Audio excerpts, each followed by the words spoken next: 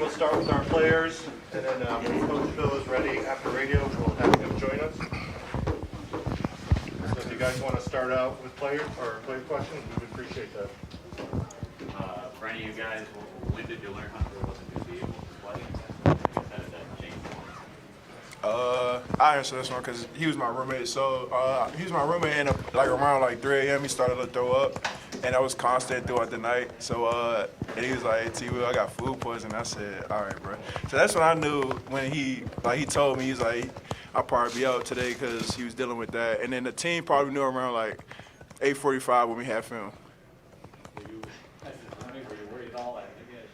Yeah, I helped them out a little bit, but yeah, I just leave it at that just leave it at that. Yeah, as far as stepping up, I guess, in his absence, what was your thoughts about not having him alongside you this week? I mean, he's a great player. We obviously need him, but like our coach always said, we got enough. I believe that when we play as a team, it don't matter who we're missing. We definitely gonna give a challenge to any team that we play. So yeah, we obviously need him, but we did what we needed to do, and it worked out. For Devontae, just seemed you were in complete control of this game in the second half. I think 29 points, 9 assists, and every time they needed a big bucket, you either got it or you threw it off to Musa for the dunk there. Just what was that second half like for you, and what were you trying to accomplish at the offensive end? And they had no answer for you. I just wanted to get the win. That was the main thing for me. When you play with a guy like Musa, it's really easy, because he's so athletic. He played hard every possession, so it's kind of easy for me. He's really the one doing all the work, honestly. But we had a great team win. We had a balanced scoring attack, so I can't take all the credit. It's a team effort. I know you want to do much more next week in Indianapolis, but do you feel like this is one that puts you guys in a much better position for bigger things later on? Definitely, but we don't want to get too high on it because we known for having a good game, but then the next game will kind of crumble. So we're gonna try to just stay level-headed. We're gonna obviously enjoy this win, but we know we got a big task coming up Thursday.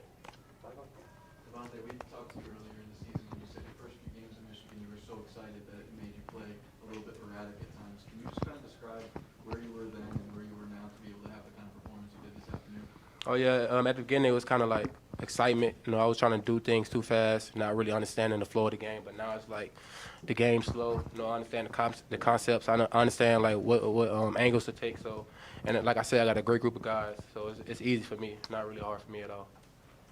The defense was super aggressive, it seemed like, coming out into the second half. Was that because of a lack of foul trouble coming out of the break? Or was that just to try to jump out ahead in the second half, or what? I think we came out, the biggest thing in the locker room was coming out with energy. And I think with energy, the defense, it clicks more when you have more energy. And, even though the offense was going well for us, we didn't let the offense dictate what we did on defense. And I feel like that was the biggest part, and that we stayed together throughout Ohio State's run in the end of the first half. Terrence, you've had a few games like this where you knocked down a few early threes, you've been efficient from there. I guess what's the kind of key for you for getting up to a hot start like that? Just staying confident, staying in the game. I've been doing that all year, but, lately it's been falling for me, so I'm going to just continue to do that. For any of you guys, the way you're able to put Ohio State in ball screen situations and really attack, how did you feel that continued to grow as the game went on? Was that something you identified coming in as something that you felt you could exploit? You got it. Go ahead. No. You got it. All right. Well, we knew they had kind of bigger big, so that was kind of slower. So it was easy for us. I was really just reading the big. If he stayed with me, I had to drop off to Moose. If he left, then I had to lay up. So it wasn't really hard to figure out. We knew playing them last game, we had a couple layups attacking downhill. So that was just the same mindset this game. Any of you guys, Coach Dewan, I guess, expected to now be coming back? Do you anticipate that being, I guess, what would that be like for you to have him back on a daily basis? I mean, we had the same energy. I mean, that was our coach before. I mean, he gonna come in, he gonna bring that juice, and we're gonna match his intensity. Moose, on that block with 2.5 minutes left on the down, what was your mindset on that play? What's up? Just what was going through your mind on that play to win the block? Well, I was just trying to get a stop. Really, I actually don't remember. But it did happen. So yeah, I was just trying to get a stop whenever it happened. Michael, for any of you guys, after the game on Thursday, Coach Martelli was kind of critical of the maturity and the commitment of the team. I don't know if you guys heard those comments or even if you care, but did that get back to you at all, that he thought there wasn't enough commitment the other night and that he thought there wasn't enough emotional maturity on this team? I mean, personally, I didn't hear that, but I mean, I guess you could say he's right because we came out like a days of cool. Ron that win over Michigan State, and we weren't locked in from the get-go. You know, it started with our warm-ups and our preparation. We weren't locked in. So I didn't hear those comments, but he definitely is right. Jack? Terrence, I guess just going back to Seton Hall, you missed one of those free throws at the end of the game today. You hit those two to ice the game. I guess, how do you think you've improved in that area? What's been key for your practice there? Really just staying in the gym and staying consistent with my workout routine. You know, I stay consistent throughout the season, and I feel like it's paying off now. Michael, you want to close us out? Musa, you've had the challenge of guarding a lot of really good foremen in this league, and I know the last time after you played EJ, you took it on the shoulders and said you thought that you were part of the reason why it didn't go your way. I guess, how motivated were you to try and turn that around today, and sort of what was your thought when you did have opportunities to face him again? Man, it's always a challenge to play against players like that. I mean, they're the best player in their team, and they're the best players in the country for a reason. So it's always a challenge that I accept. And like I said, I'm just trying to follow the game plan defensively. And, you know, at the end of the day, they're going to make shots. They're great players. So I just got to, you know, next play mentality. That's really the only thing I can say about that. So, yeah, I'm just, you know, trying to accept the challenge. And obviously, when I get back to my room, I'm going to take some of what he be doing to me, so, you know, so I can learn from it. So it's always a pleasure to do that. All right, thank you, fellas.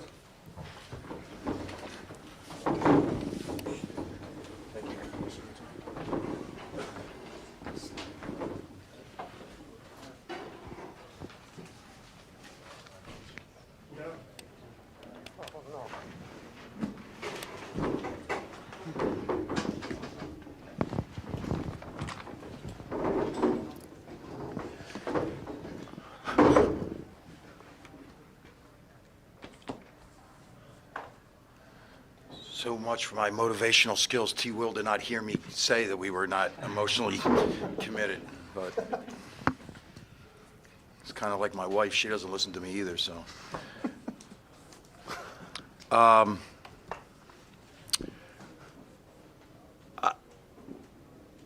just in awe of the players' character. I'm in awe of the support staff's knowledge, Sadie Washington and Howard Isley. I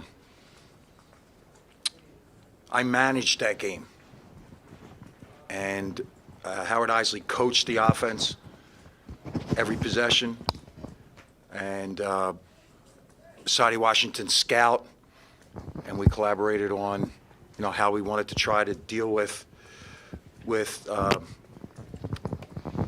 not just one of the best players in the country, but an offensive mind in Chris and his staff.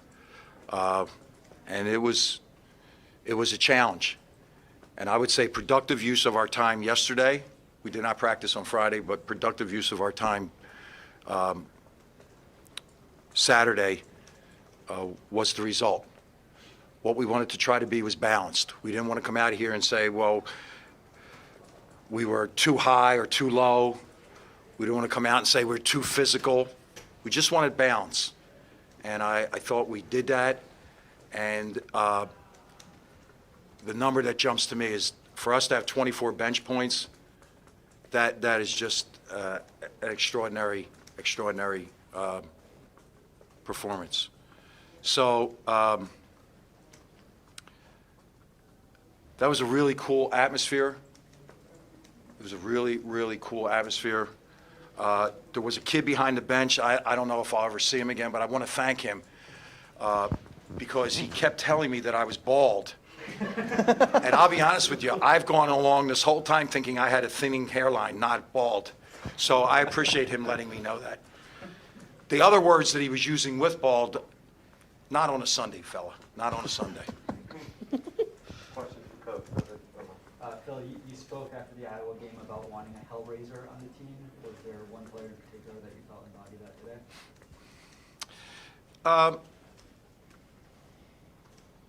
Not really, not vocally, but their physical presence, the physical presence.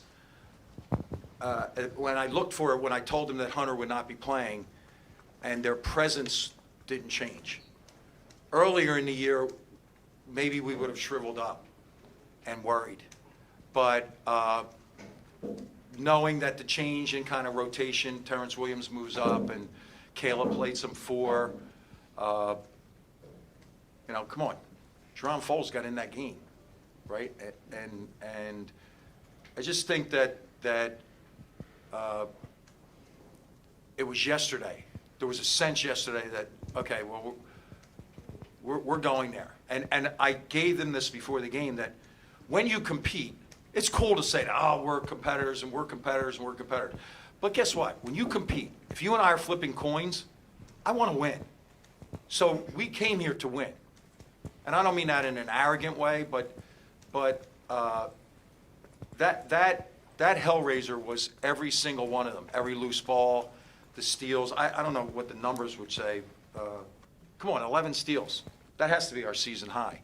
We were on every ball. So we were raising hell on that court.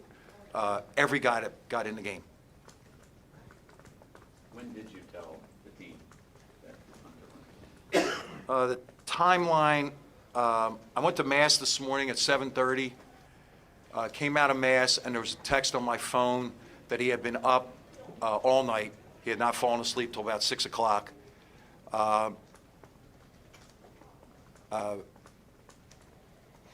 And that we would see. He would not be at film, which was at 8:45. He came down about 9:20. I saw him go for some toast. And then when we got to the arena, I just blanked it out. Said, tell me what we have when we get to the arena. And he didn't feel strong enough. So at that point in time, I just, even at film session, I said, look, I don't know what the story is with Hunter, so Brandon Johns, whatever you have to do for your pregame routine, you now are, you're on, and you will not be the primary defender on Liddell, but you will be the 4-man on offense. So we flipped that. And then we just proceeded. Once we got here and he wasn't strong enough to even dress, we were looking for like another gym. I don't know if they have another practice gym or where he could kind of go by himself and see if he could go. But as you can see, his coloring is off, and hopefully it doesn't run through everybody. I think there is look, I don't purport to do as what you all do, but there is a storyline because his roommate on the road is Terrence Williams. So did Hunter, like, by osmosis, did he become a scorer? I'm just saying. Something to follow. Hey, Devontae Jones had 14 points, 5 assists in the second half alone, 21-9 for the game. Can you speak to his growth down the stretch heading into the postseason? It seemed like anytime you needed a bucket, it was in his hands. He was getting a bucket. Well, obviously, if you look at his numbers at Coastal, they're eye-popping. We watched a lot of film to make sure that he was the right guy. That's a tough spot. It's a tough spot to be a point guard coming into a program that is successful. And you're coached by a pro. Like Howard Isley has been to the highest levels as a point guard. So he has a point guard whisperer, so to speak. And there's just been growth and a confidence. And, we can't walk out of here and not acknowledge what Frankie Collins did. And Frankie Collins' growth is due to Devontae's growth. Devontae has been for us all year long a good practice player. I don't mean like the results are always good, but he gives you an honest effort, and to see him rewarded, and I can't tell you how many of those floaters we've taken. You know, like whatever and I don't remember the man's name, but the good to great idea, like we're closing in on 10,000 floaters. So we have confidence. He has confidence, and I'm really happy with his finishes. I just thought, I believe in college basketball, you win through your point guards. And certainly, DJ led us today. Phil, during this the 5-game stretch where you were filling in for Jawan, did you, I guess, learn anything or see anything about this team when you were looking at it from a different perspective than what your role was previously? Did that allow you to learn anything new or glean anything about this group? Wow.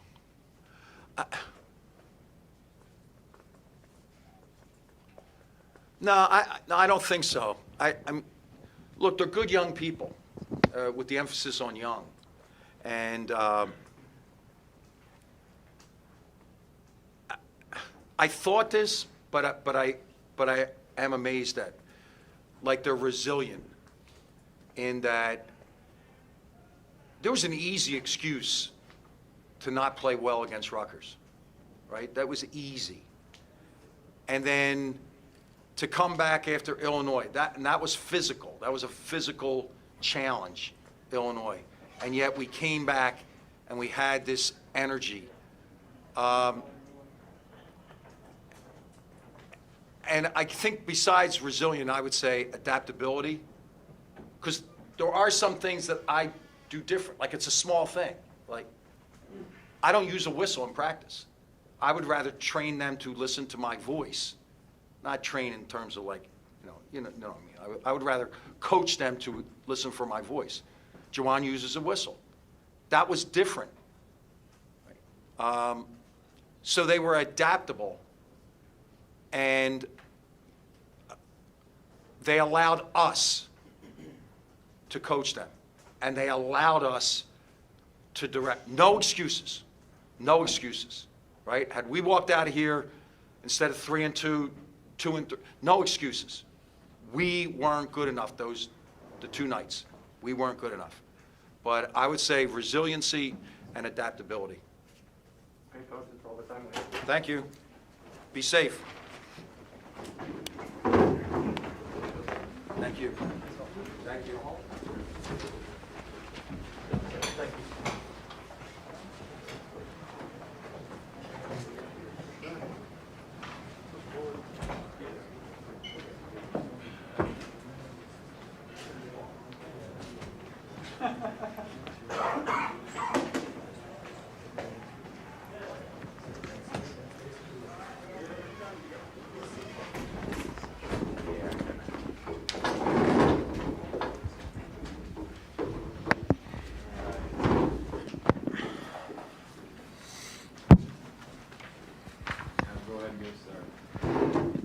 Guys, you had the 7-point lead at halftime, and it seemed like they came out, they turned you over a couple of times, and it changed the course of the game from there. How did the second half unfold differently than the first half for you? We just didn't get stops when we needed to. We weren't tough enough. I feel like they were more aggressive in the second half. We turned the ball over too much, which led to a lot of transition points for them. Which can get any team going, honestly. So, EJ, how did you see that? Didn't play with a lot of urgency that we needed to come out and win. It was a great crowd out there. I felt like they gave us a lot of energy in the first half, and second half we didn't give them any energy back. So I feel like we didn't come out and play with enough urgency that second half. So. Why? I wish I could tell you. I don't know. A lot of games in a short amount of time. I felt like the energy level just went down. Just seeing our legs, not being able to slide our feet, and those are things we got to work on. I mean, happy we get a little break here soon, but can't let that happen. So, guys, how much playing defense is want to, and how much of it is skill? If you had to break it down, and where are you guys on that chart? There's a lot of talented defensive players like out there. You just see guys in the NBA who have length. Some guys who just are like God gifted at that, but some is want as well. And I feel like we got to want it a little bit more. Just have to go out there and execute the game plan better. Have to go out there and make the winning plays. Got to dive on the floor for a loose ball. It was a loose ball, and somebody didn't dive on the floor for it. But I just feel like we have to want it more. So.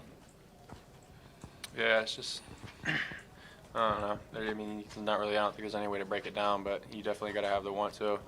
A lot of it's scheme, just being locked in on the game plan. So that just goes along with watching film, paying attention to the scouting report, things like that, knowing what guys have certain tendencies. It seemed like a couple times this season you guys have had offensive droughts throughout some of the losses. What's the conversation in the huddle? How do you guys kind of move past that when you just can't get shots? We have to get defensive stops to like give us momentum on the offense end. Like when we're not getting transition buckets, we're not running. We're all just in the half court set, and I just feel like we didn't get stops. At one point, it was like 10 possessions. We only got 1 stop out of 10. So just that and us slowing down on the offense end comes from the defense end and just giving us momentum. So. You talked about getting a break here for a little bit. I know this is fresh, but how much is that going to help the team to kind of have a couple days off here finally after this rough run? It'll help for sure. I mean, I think it'll help any team. When you go on a stretch like we did, close that season is tough. But at the end of the day, it's not really an excuse. We just got to own it and, own the fact that we haven't been playing well enough to win games on both sides of the ball. Justin, you've been around teams here that are really good defensive teams. Your first couple of years here was one of the better defensive teams. Each time was one of the better defensive teams in the country. The last 2 years, it's not been that way. I'm just wondering if you've noticed any kind of difference, any difference in approach with the group that you think has led to that kind of drop-off? Because it's been, pretty steep from where you guys were when you first started here. Yeah, I mean, I wouldn't really say there's anything that I noticed that led to a drop-off. It just comes down to us, like I said, being locked in on the game plan, and more importantly, just the want to. Our team is predicated on being a team defense. Not leaving your teammate out on an island, being in the gap, swiping, gang rebounding, all that stuff. So, if one person's not connected and it's only 4 out of the 5, we're gonna consistently have breakthroughs on the defense. So we all just gotta own the fact that we gotta be better on that side of the ball, and we gotta be more connected. EJ, obviously, last game in the shot and regular season finale, but at the same time, it's a regular season game, and you still have a lot of basketball that you guys can play and play well. How do you try to spin this forward and look positively on the next few days to make sure that Thursday's a good day, Friday's a good day, and you guys keep putting together good days to get some things done in March? Yeah, I mean, this wasn't our last game of the season, so I don't look at it like that. I hate losing, but we just got to have the right approach to the next couple games. Last year we made a run in the tournament, and hopefully we could do that again, but we just got to just approach it the right way and learn from this. So. Justin, I know it's hard to look at things like this after a loss, but to hit 4 threes and to see yourself, kind of get back into a rhythm a little bit, how important is that for you as you head into postseason play, trying to put together some things? Yeah, it felt good to see some go through, but like EJ always says, winning is honestly the most important thing for me. So that really doesn't mean anything, to be honest. There's a significant difference between live ball turnovers and dead ball turnovers, and a lot of theirs were your guys today were them getting steals and live ball turnovers, but they weren't necessarily taking advantage of those, turning them into points in the first half. Did you guys say anything at halftime about trying to fix that before it obviously got out of control? Yeah, we knew we had to take care of the ball. It was that and rebounding. Those were two of the keys that we knew we had to focus in on, and kind of just too lackadaisical in that area for too much of the game, which led to them going on a roll. Were they doing anything specific that maybe played into that at all? They were aggressive on defense, and we just, we weren't matching that level of aggressiveness on the offensive end. What kind of changed from? Did you see Michigan's offense kind of change at all there in that second half? Was it more energy? What kind of led to them kind of exploding there?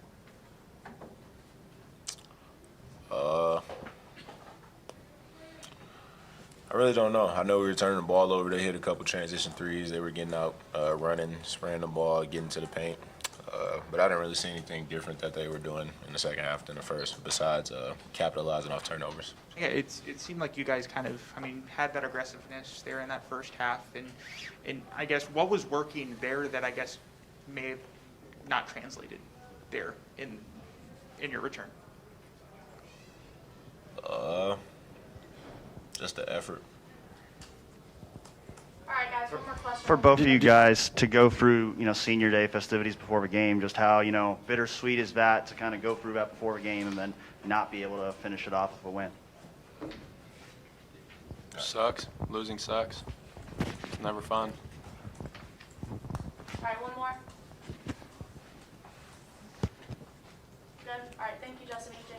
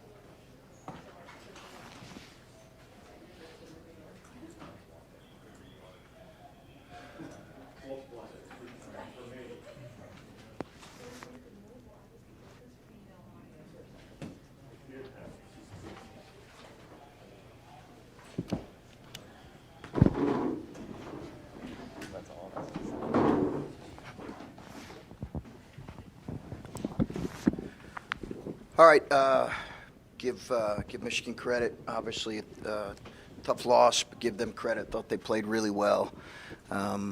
So move forward here to whenever we play next, I think Thursday as it is right now. Coach, the run in the second half there, I think 14-1. Defense. What contributed to that? Defense and turnovers. Yeah, defense and turnovers. So we just didn't have the urgency we needed. So it's my fault. It's my fault. I'll ask, their three-point shooting, it seemed like without Dickinson in the post, they weren't going to have a guy on the low post that they could put the ball down into, and yet your guys consistently, play after play after play, dove under the screens and left the shooters wide open, and they just made you pay time and time again. Just what was going on with your team's handling of those ball screens? Well, you're talking about a 25% three-point shooter. So you made a few, give the kid credit. You're not if you're talking about that, that's on the ball screen coverage, you're talking about a guy who shoots 25% on the year from three. Aside from that, the other ones were transition. Aside from that, just they had 11 steals in this game. Do you feel? Yeah, we didn't handle the ball well at all. Yeah, we the were sloppy turnovers. with it. We were soft with the ball. How much playing defense is want to, and how much of it is can do, skill, and actually having the guys? Because this has been this is a broken record now. Well, for 2 years now it is. Yeah, not our 2 of our first 3 years we were really good, top 20, top 25. So I think there is some things to consider there, and obviously we've got to find a way to coach it better. But there's clearly some personnel things we have addressed and we'll need to continue to address. How hard is it in recruiting to know that a guy has that special and to get out on the perimeter or whatever? Yeah, it's 1-2 and it's dimensions, it's physical dimensions, and it is 1-2, and I think clearly we didn't have enough want-to on that end today. I thought that and our turnovers got us beat, but again, that's on me. Obviously, they didn't have the readiness for that that they needed to have. Chris, you guys got until Thursday until you play again. What's the key going to be in these next few days to get guys healthy and to keep that energy level, or to get that energy level back to where it should be after playing so many games in so many days? Yeah, we need rest. We need to get healthy, but we need to play better. We need to play better, and we need to defend better as a group. So health is certainly a factor. Coach, you guys have struggled with second half droughts really all season, even in wins. How do you correct that going into the postseason? Yeah, we had too many careless turnovers. Their trapping of the post bothered us a little bit, but yeah, we didn't handle that well. So that's on me. That's my fault. Coach, do you know what happened to Michi there with the injury? And do you have an update maybe on Kyle's status going into the Big Ten tournament? Yeah, I think Michi turned his ankle and Zed re-injured his ankle. I don't know the severity of both, and I'm not sure yet on Kyle's status. You know, I think he's getting better by the day, but I couldn't give you any update other than he's getting a little better by the day. Chris, over these last 2 years, as you mentioned, it's been a little bit of a trend here. Do you feel like you all have prioritized defense enough in your roster build when you've brought guys in? No, we've got to. I think we have moving forward. I think we've got to, and obviously Kyle's Kyle's versatility hurts us. You know, when he's out, it affects our defense in a significant way because you have another versatile frontline guy that you can switch with. But clearly, it's something that we have addressed, and we've addressed it since this has kind of been an issue for a year, and we need to continue to address it. How does something like that kind of get away from a staff? Obviously, you have multiple needs. You're trying to address all of them at the same time. But how does that area kind of get away from you guys as you build the roster? Oh, and I don't want to put it all on that. I think we've got to do a better job across the board in every way. So I don't want to say it's just personnel related. I just think we're seeing some things where we've got to continue to get a little more length and a little more positional versatility, and a little more defensive versatility than what we've had. And some of that is it takes you time to kind of build and construct the roster. But we've been intentional about that in our recruiting, and I think it's heading in that direction. But again, it's not all that. It's, you know, we've got to coach it better. So that's on me. EJ and Justin were both talking about effort and saying guys didn't bring enough. On a senior day in front of that crowd playing Michigan, how does that sit with you? Yeah, I mean that's obviously unacceptable. So it's I think senior day is a lot of emotions that goes into it, and it can almost be in some ways paralyzing because of all that goes into it. But I just didn't think our bite was near good enough in the second half, and that's on me. Are there things though that you can attribute that to? I mean, you're coming off, you had a losing streak. You beat Michigan State, and I know every matchup is different. But what do you pin something like that on when it seemed like maybe you had things moving in a little bit better direction just a couple days ago? Yeah, I'm not sure. Not sure. Coach, you've called this stretch unlike anything you've faced in your career, like an NBA schedule at times. Now that it's over, you do get a couple days here. How much does this team need rest to get ready for the stretch here? Yeah, I think we need rest, but we need to get better in some areas. Rest and health are critical. Rest and health are critical. But you know, I just thought, yeah, rest and health are critical. But there are issues that we've got to continue to improve in, and we've taken some strides in some areas. We've not turned the ball over like this in a while. We've not been this sloppy or careless with the ball. When you have a loss like this to end the season, how hard is it to move past it, knowing that the most important part is right around the corner here? Yeah, I think our guys know what's in front of them. Obviously, they're all extremely disappointed, as am I. So, but you know, you take it between the eyes and move forward. You guys were up 39-30 at halftime, but like they were turning you guys over in the first I think half. it was a 7-point game, wasn't it? Yeah, you're right. 7-point game, but like they were turning you guys over in the first half as well. They just weren't capitalized on it. Did you guys kind of sense that at halftime and kind of, I don't know, did anybody say anything? Like just. Oh yeah, that was an issue. Yeah, I think that and our rebounding were significant issues that were addressed at half. I just think, you know, they got into us and they bothered us, and we didn't run good lead cuts, and then their trapping from the baseline was something they had not done. Obviously, when you play a team a month ago and you beat them, they're going to make adjustments. They adjusted to how they were playing the post, and we thought we had given them solutions, but clearly we didn't. So that's on me. Were they physically tougher than you guys today? Well, I mean, I'll let you guys answer that, but obviously we need to play a lot tougher.